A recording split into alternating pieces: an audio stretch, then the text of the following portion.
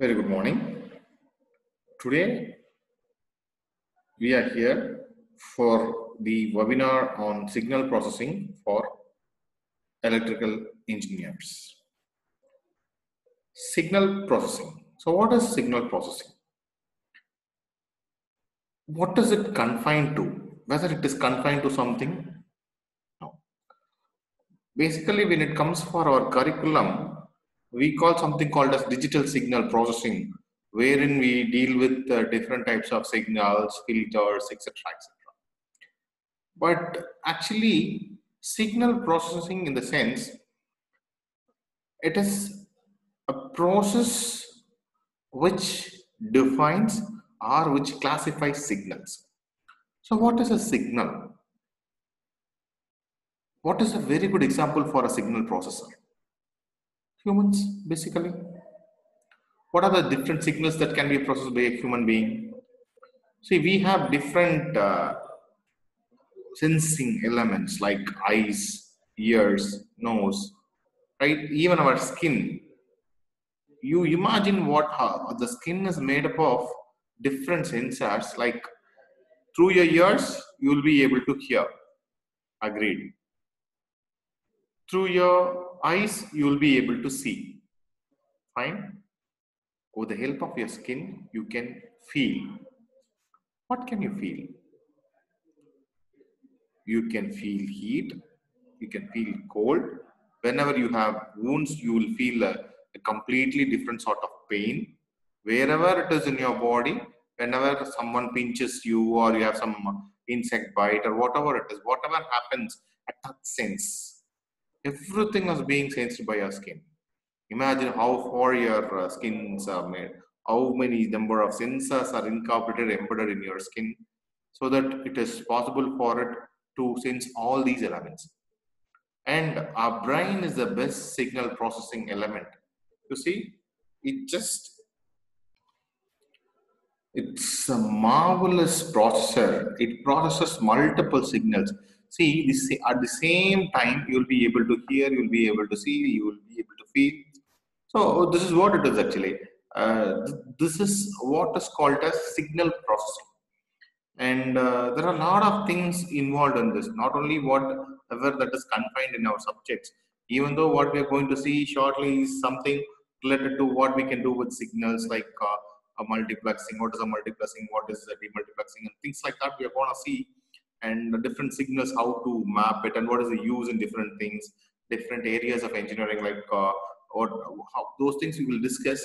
But the area of signal processing is very large and wide, and it has its application in all fields of engineering.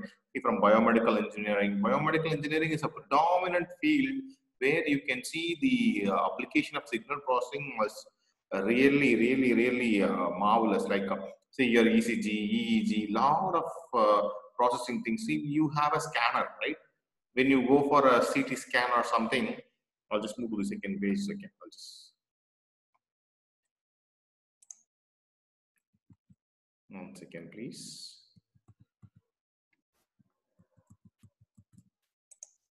Okay, fine. So when it comes for your ECG, EEG, those kind of things, if you see, n number of signals are being processed. Same way, a scanning machine, a X-ray machine, they send some rays, and that ray fall on us, and from that they are capturing the X-ray. You can see it penetrates the entire skin, muscle, everything, and it just takes the picture of your bones alone. That is the capability of an X-ray machine. You see the processing capability of that machine. It sends some radiation. That is nothing but a signal. That signal is being sent through us and it is processed. From there, an image is created. That image is totally different. Even if it is a photograph of us, it gives a different image. And similarly, if you see the same person or same thing, we take photograph, right? In different cameras, different mobile phones. With respect to the capability of that particular mobile phone, the same person looks different. That is the image processing capability of that particular camera or that smartphone or whatever it is. Similarly, there are a lot of such applications which use signal processing as their base. Their names might be different, like biomedical image processing, or what to say, a photograph, an X-ray, a scanning, ECG report, whatever you call it, whatever it is, the names are just different. But the concept behind all those applications are purely signal processing. So signal processing is very, very essential for every engineer to understand what it is and how it can be implemented in different areas of engineering. Find it. So I have very few slides in here, some 2 or 3 slides stating like whatever I have said so far, what is signal processing, and from there we will move on to MATLAB, wherein we will see small applications and how to do them and what is the purpose, how to create a sine wave. Those things we will see, because those are all the processing elements, basics, which we should know, so that from there you'll be able to develop different or higher order signal processing applications. Fine. So again, this is one example of signal processing. See, we speak, right? Especially nowadays with Google, we have Alexa is there, Google Assistant is there. So just by speaking, you will be able to do a lot of things, right? Your smartphone can hear yourself. From there, you can make a call, you can book air tickets, you can create music, you can listen to music. A lot of things are there, right? So these are all the capabilities of the signal processing. That is, these are the advancement that has been done, because earlier days, for every individual application or requirement, we need an individual gadget. But now it is not the case. So with a single gadget, we will be able to do many things. So that is the instruments and equipments has become virtual. So literally virtual, right? Because earlier days, if you want to hear a song, you will go for a tape recorder or a CD player. That is what is the prime source of hearing a music. And that too, earlier days we have cassette recording, whereas the magnetic tape will be there. That magnetic tape, there will be one cassette, we will have somewhere around 6 to 12 songs. One side we will have 6 songs, the other side we will have 6 songs. Totally we will have 12 songs in a single cassette, which plays somewhere around for 20, 40 minutes maximum. And the later it came CDs, and there also the same case. In a CD we will have some 600 to 700 MBs, and there we will have somewhere around some 50 to 60 songs recorded in that. And these two things, there is an aging effect. When you play the recorded cassette for a continuous times of somewhere around 50 to 60 times, then automatically it will the quality of the sound that is being recorded gets degraded, and the sound is entirely different. Sometimes it will go like that. So that is what it is.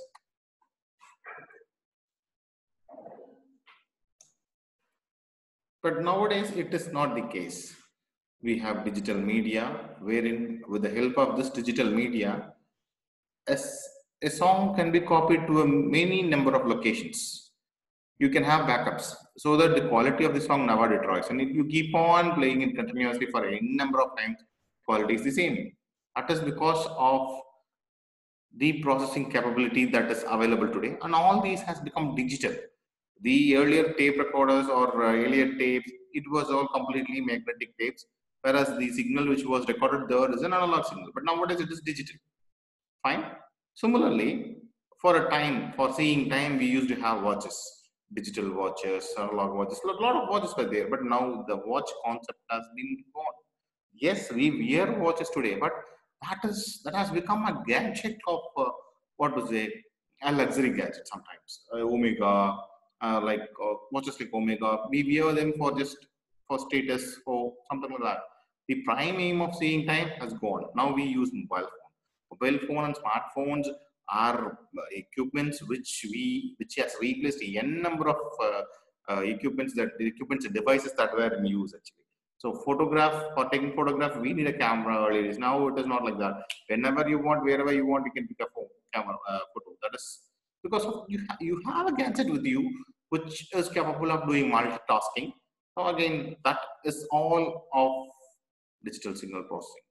So which has aided us in a lot of ways actually. I have one more slide similar to what this slide shows. Whereas here by speaking, the signal is directly going to your phone. From there, you can do a lot of tasks. But how it is happening? So when you speak, here it is a detailed system. The same thing, whatever is there is replicated in here in a different way.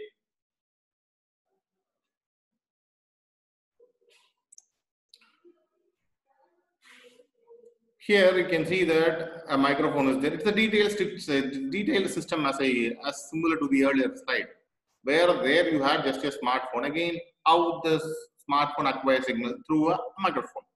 From there, whatever you speak is analog signal which is propagating through your atmosphere and reaches the device. There, at that point, it converts the analog signal into a digital signal. From there, digital system. What is the digital system of smartphone? Is a digital system. Then again, from there, it converts it into DAC analog signal to give it to output. Right. So here, in this case, I have given an example of converting an AC analog, this analog to digital, digital to analog. But not only this, the same signal that has been converted into digital form is utilized in digital form itself to book your air tickets, your cab, and whatever it is. Here it is given as analog signal because predominantly we use mobile phones for hearing music apart from speaking. So here instead of headsets, I have given us speakers. Fine. So this is what is an introduction of what is signal processing is and how it can be, how it is being used in different ways. Fine. And as I told you earlier, apart from this, your biomedical application is a very big area wherein these applications of signal processing are being utilized for all your image scanning, that is CRT scanning, MRI scanning. A lot of things are going on in biomedical. If you want to see deep into it, that is an ocean, deep, big ocean. Fine. So from here, what we will do is that we will move on to MATLAB. There we will do some basic functions with the help of signal processing tools. Okay. So you know this is your MATLAB window. From here, I'll just go to Simulink model as well. So in here, I have a MATLAB Simulink model, and this is my Simulink library. So what we are going to see in here is that we will see some common blocks which we will have in MATLAB, because you see this mux. I'll just this is getting placed. Fine. So mux is one component you can see in many applications. Fine. And something called as saturation is there. Okay. So this is another component which is being used for tuning your signals. Okay. So first we will use a mux, and before that, see, whenever we want to design a system, basically it might be a power electronic system or power system whatever it may be. Whenever you want to develop a model in the perspective of an electrical engineer, we always use MATLAB. But one thing is that we will directly go to SimPower systems. From there, we will start working, keeping the components like transformer will be there, the motor will be there. We will start keep on placing components. We will connect them. We will build a converter. We will build the inverter. Everything we will do, but we will not concentrate on the basic Simulink blocks. That is where really everything lies. Why I'm saying this is that, see, there are a lot of components in this continuous block, discontinuous, discrete, dashboard. Dashboard is a new thing wherein it is very similar to your LabVIEW front panel, wherein you will have some gauges kind of things. You can develop a front panel with the help of these things. This is a very new. Okay, but apart from that, this logical operations, logical and bit operations. See, there is something called as lookup table. This 1D and 2D lookup tables and other lookup tables, this has been predominantly used in many applications for creating pulses for driving your single phase inverter, three phase inverter, and multi-level inverters. In many IEEE papers and research articles, you can see these lookup tables are primarily used. But we have never seen these lookup tables and used these lookup tables. So these are all basic blocks. We should know what are there, because the components which are there in the SimPower system or whatever toolbox you go for, they are all pre-designed. An inverter is, you can see nowadays they have choppers, inverters designed and kept inside. And motors also, it has been readily made. But the control circuitry is prime thing of which the scholar or the person, researcher who is going to develop the model has to work on. and that control element completely depends on these particular toolboxes.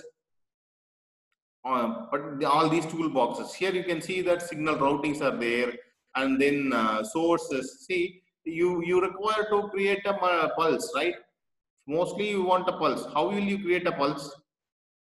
You will say, I have a gate signal generator. I'll have signal generator. I will put a pulse generator from there. Oh, pulse generator will work, pakka.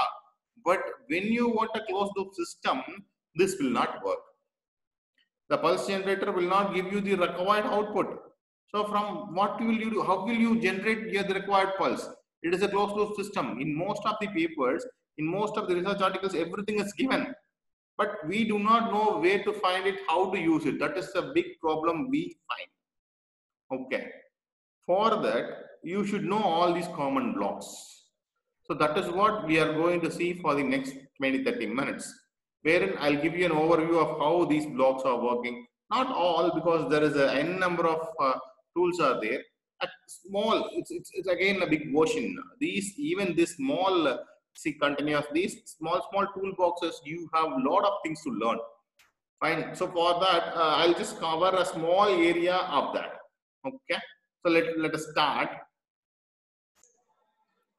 So to start with, what we will do is we will place a sine wave, because we are very much used to sine wave, right? Whenever we say some signal or analog, the first thing that comes into our mind is a sine wave.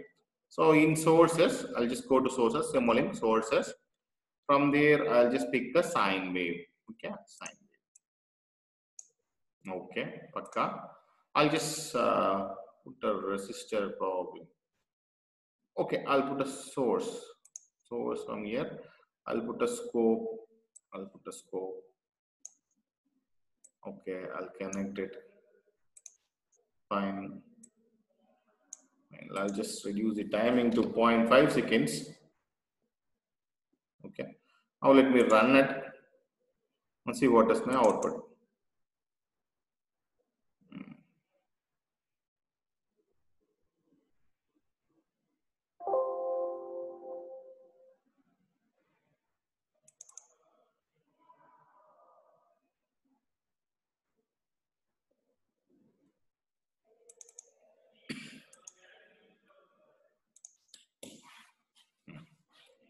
Fine. We gave a sine wave, but what is here? Fine. What happens is that the parameters we have not changed. We will change the parameter. Amplitude is 1 and frequency here, the frequency is 1. So probably I'll change it to 50. Basically, we have a 50 hertz frequency around here. So I'll change it, and again we'll open the. Fine, I'll run it from here. Let us see what is happening. So it's a bit scrambled. It happens actually. Fine. So now we have a sine wave. Now we have to convert this into a three-phase signal. How we will do it? Then again, what we will do? We will have either three signals. There are two methods basically. One is we will place two more signals. Okay, two more signals, and in this again there is bias phase. What is the delay required? Say I'll give 120 degrees. Okay, so in another one I'll give 240 degrees phase. Okay, I have to give it in radians. Okay, no problem.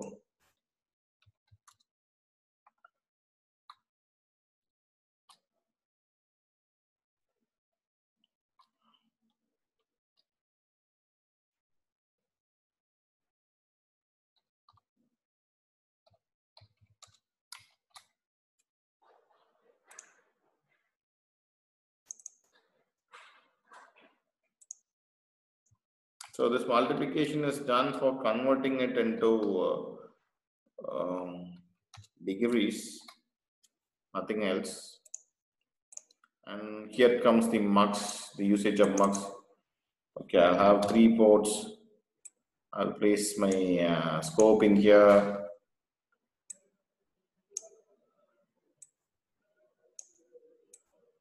Fine. Now again, we'll run it. We will have a supply. Paka. Perfectly, we got a three-phase. This is what we usually do. But there is one more option. With a single source, we can do this here. How? So that is called as delay. Here you can see something called as transport delay. I'll place a transport delay. To understand this, first we will do one thing. Okay, I'll place one more scope.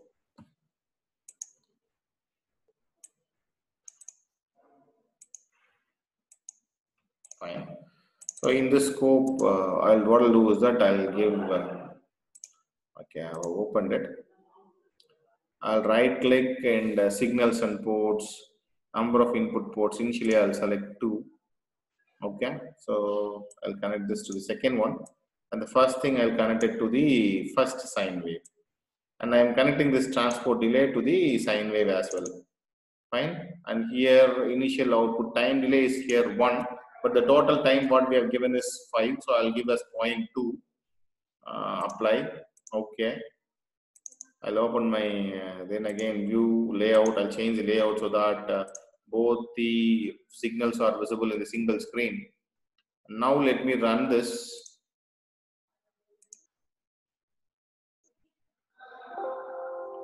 Can you observe what is happening?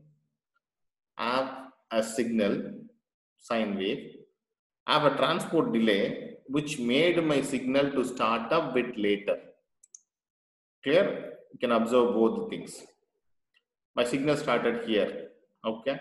So this I will put a mux and give in a single source. Okay. I'll just place mux here. I'll place one more mux. Now 2 signals are enough for me. And then again in this also the ports, I'll change my ports to number of ports to 1. And in this I'll couple these 2 signals. And these 2 signals I'll be connecting to my scope. Again, I'll change my layout so that it will be visible. I'll just run it. See, before even running both the signals came in here because that is because of the data was in the buffer. Okay, I'll run it once again so that you will be able to see the difference what is happening. Pakana. So you can see that it has started after a delay of 0.2 microseconds. Now we will change the delay time to 0.02. For example, I'll run it once again. So can you see the difference? In a similar way, we can add one more delay as well. Okay. But only thing is that the difference between the phase delay and your transport delay is that in transport delay,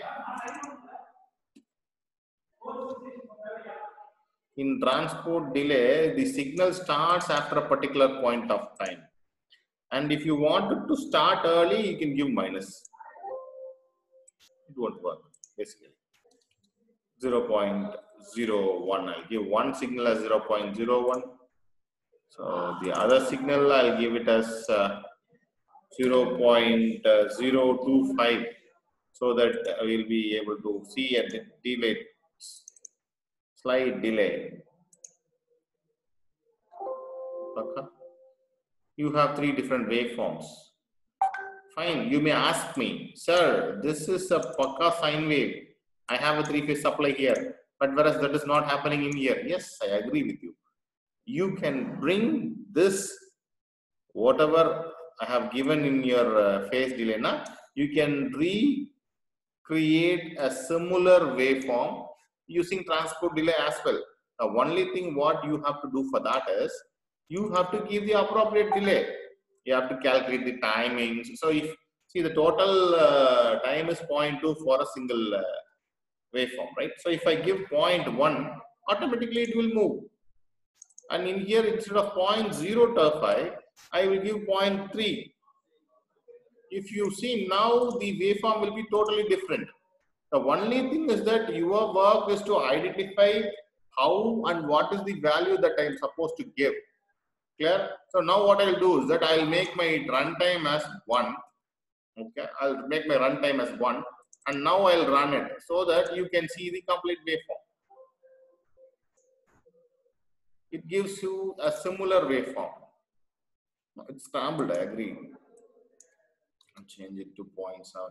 This scrambling is not an issue. Why? Because when you put a load or something, automatically you will have a better waveform. This is because of the buffer we are having this problem. Okay, we can change this actually. In here, see for I'll just start it earlier. I'll just start a little earlier. Instead of 0.5, I'll get us 0.5. Fine. So the other thing, I'll start somewhere in 0.07 or 8. Then you will have a better waveform, a different waveform. See, in here you can see that there is a perfect correlation between, you can relate actually. These two waveforms are very similar.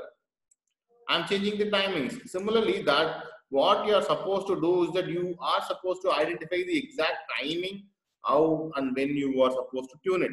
The same is applicable for switching your circuits as well. For designing a switching circuit also, this is what is required. Clear? The best example or best application of this particular transport delay is that with this you can create a suitable pulse for your converters. Say like you want to start your pulse only after a certain delay, you can use this. Because for creating pulses, what we will do, we will again go to source basically. We have something called as repeating sequence. Normally we use pulse generator. There is something called as repeating sequence. And the pulse generator is one, it creates pulses. You can define the pulse width, and from there it will create pulses. Okay. Whereas the repeating sequence, it is a repeating sequence. If you give some value, say for example time values, if you give some time values, this is let me give it as 50 hertz, right? 1 by 50 will give me my time. Okay, the output values I'll keep it to 1. Okay, fine. So now let me connect this to a multiplexer. Sorry, multiplexer. Yes. Okay, I'll put a multiplexer in here, and again I'll change it to, sorry, I'll change it to 2. Delete this. Okay. Connected. So one I'll connect it to my sine wave, the other one I'll connect it to my repeating sequence. Okay, now you will see what is happening. I'll just run it. Oh, sorry, I have to go for layout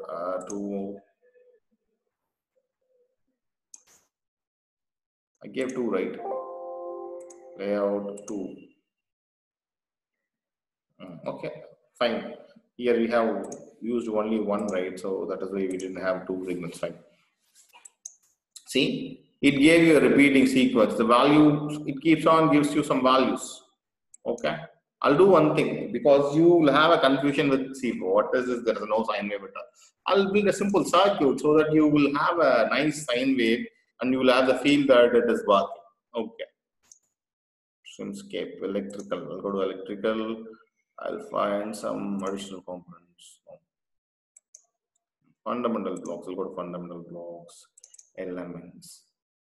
I'll pick non-linear. I'll pick a load actually. Series RLC load. I'll pick a load. Okay.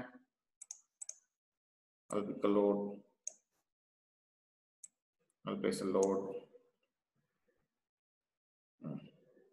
I'll change this to a resistive load actually. I don't want RMS normal. I'll just give this is 10 volt is enough for me, and 50 hertz. Okay, active power let it be somewhere around 100 is enough for me. Okay, and these things I'll make it as 0. It's a pure resistive load, so I don't want all these capacitance and inductance values. So I'll just delete all those things, and probably again I'll place a source, electrical source. No, it's not mandatory basically, but still I'm just creating so that you will get a feel that it is working. Okay. I agree. I'll just connect. I'll just connect it to a source, AC source, machines, electrical sources. I'll go for a voltage source. Connect it to the source. Okay, this goes somewhere. I'll just go somewhere and put it in a corner. Okay.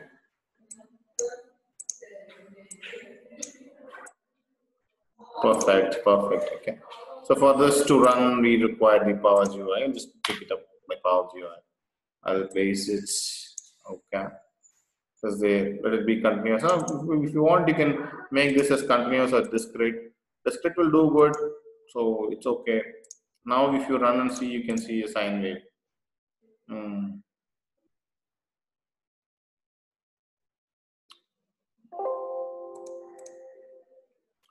See, actually, you may ask, sir, what is the role of this resistor and source so that it is resistor? But there is nothing in that actually. We have some linear elements in here, so it has, and moreover, we have a person to take care of our GUI. Okay, so far we didn't have him, so we had a problem. But now with all these things, it will run. That's it.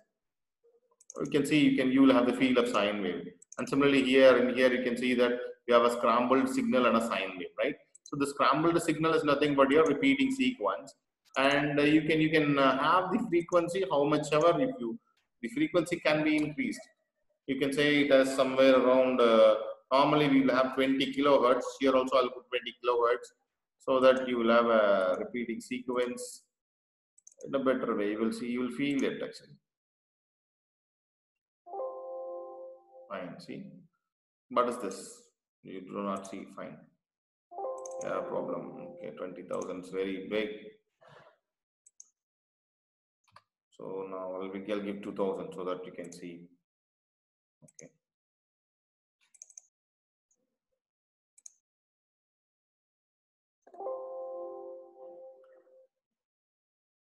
So you can see that here the repeating sequence is very clear. Okay. So I gave a frequency somewhere around 2,000. So 2,000. Why it was not visible is that it is not. It is not the meaning that it wasn't visible. So when I gave 20,000, what happened is that, see, I'll once again run it. Then I'll show you what happened actually. See, here what happened is that the frequency is too high actually. So it couldn't display in here. That is the problem we had earlier. But now it is not the case. Okay. The timing was very less. You just imagine 1 by 20,000. 1 by 2,000 itself, it comes somewhere around 0.0001. So that is why it is not visible. If we elongate it further, definitely it will be visible. But for now, we will not do that because of the time constraint. Already we are running nearly late. Fine. So what I'm doing here, I have a sine wave, I have the repeating sequence, pakka. But what am I going to do with this? I will go back to the common blocks, the commonly used blocks. Here you can have something called as, see, the continuous blocks, discontinuous blocks. Here you will have comparator. You can just type actually. Fine. Here you will find a comparator, comparison logic. See, above or equal to, these are all in the logic bits actually. Comparison components, relational operators. In other words, you can call them as relational operators. You will find them. You can place it here.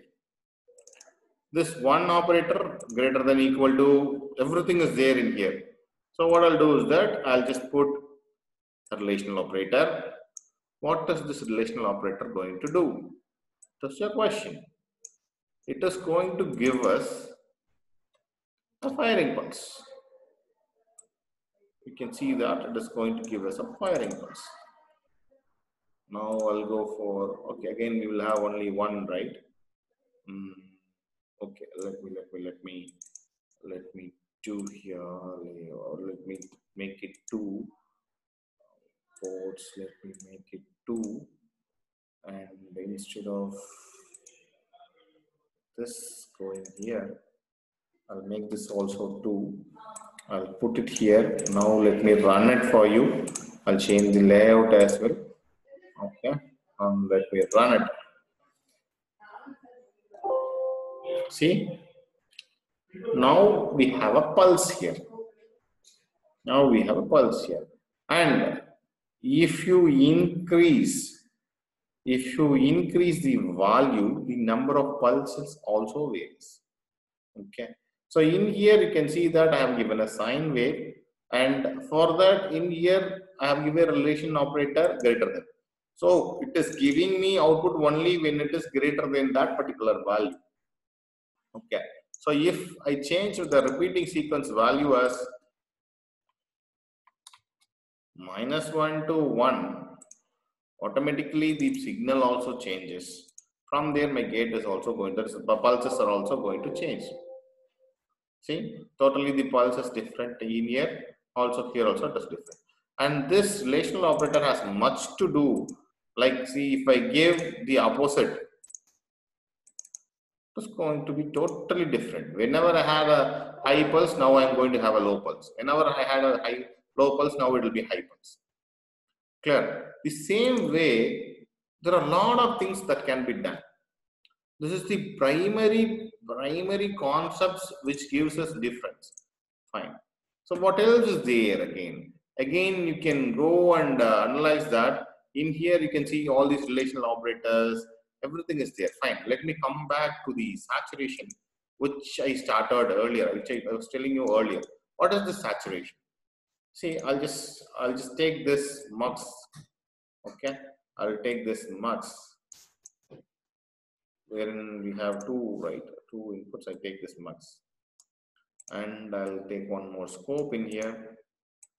I'll connect it in here. This, I'll give it a saturation, and I'll give it to my sine wave. Sorry.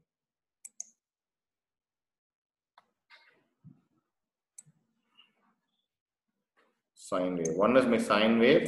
The other one is saturated sine wave. So what is the saturation? Here I have given my limit as 0.5 as upper limit and minus 0.5 as lower limit. Now let me run this. Can you observe what is happening? The saturation, okay, the saturation, the whatever value you had above 0.5 has been clipped off. Similarly, whatever value that was less than 0.5 is also clipped off. So I'll do one thing, I'll just make this as 2 so that you will be able to get a clear picture of what is happening here. Okay, I'll just delete this so that directly I connect my sine wave to the first one and the saturation to the second one. And now let me change my layout as well. Okay, now let me run it. Fine. So I'll do one more thing so that you will get a clear idea. I'll just increase the number of ports to 3. Okay. I'll just increase the number of ports to 3. And in the third one, I'll give the combined. Okay. And again, layout also. Sorry. I'll change my layout as well. I'll just put it as 3. And this I can maximize. Okay, and let me run my simulation. See, here the maximum is 1, here the minimum is -1. Here it is 0.5, here it is 0.5. These two signals, the saturation, after saturation, it gave me such a signal. When these both combined, this is the actual input, this is my output. See, here in the last one, both are given here. Okay, so I'll change this again, the value, I will change the value again. So what is this? You may have a question of what is this doing? See, you can use this to tune your outputs. Okay, so if you are having some output, say you require only some 5 volts or 50 volts, okay, for voltage regulator we'll consider. If you require only 5 volts in the output, but your system gives somewhere higher than what is required. You just put a saturation there, you give a value, then that's it. It will not go above that. Okay, I'll show that here as well. I'll give that here as well. See, let my sine wave, whatever I'm using here now, let me give my amplitude as 230. Okay, you will know that the saturation what I've given is, I'll give it as 40 volts in the upper limit and minus 10 volts in the lower limit. So my output should not go beyond it. Now let me run my simulation. See what happens. See, this is my 230 volt input. This is my saturated output. The upper positive half cycle, it is up to 40. Negative, it is only 10. Whereas when it comes for the waveform, that is combined waveform, which has both my input and output. Here, I'll just zoom it for you. Here you can see, okay, further I'll zoom it. Here you can see that, see, the limit is 40 here. Above 40, whatever is there, the output didn't give. And below in the negative half cycle, only up to minus 10. Clear? You need not require. If you want to clip only your positive half cycles, you can do it only for positive half cycles. If you want to do negative half cycle, you can do it for negative half cycle. If you want a negative output, you can do it for negative output. So you can completely control your output. What is required? It is not only for output. You are tuning a system. You are putting an algorithm. You are tuning a system. Even in such cases, if something happens, you can tune this. That is the advantage. So this particular saturation can be used to control the output of the devices. So why I am saying is this, for all your applications, you can use this in your simulation. That is one thing. And similarly, the radiation levels of all your instruments, biomedical instruments, as well as your mobile phones, the radiation has to be limited. So for that, this can be used. Fine. So these are some small examples with which we can develop a lot of signal processing tools.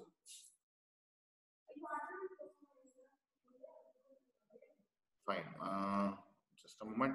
Yes, these are some small, simple examples with which you can develop a lot of signal processing applications for all your converter tunings, output gain tunings, control elements. These can be done. Fine. So I hope it's time. So for this, I would like to conclude my session. Thank you for your patient listening for the past hour. I'll just go back. Fine. I just forgot one more thing. This watch actually. So this is a beautiful gadget. You can see that the number of signals that are being processed by this. So one way it is getting the number of steps you walk. Here it monitors your blood pressure, heart rate. Then it gives you your informations, like it gives your call records, message records. This is one excellent gadget which is doing a lot of signal processing. And you see that it is just available for some few thousand rupees. You can buy a good smart watch like this, which is a very good example of a device which is capable of multitasking. Thank you. Thank you. Thank you very much.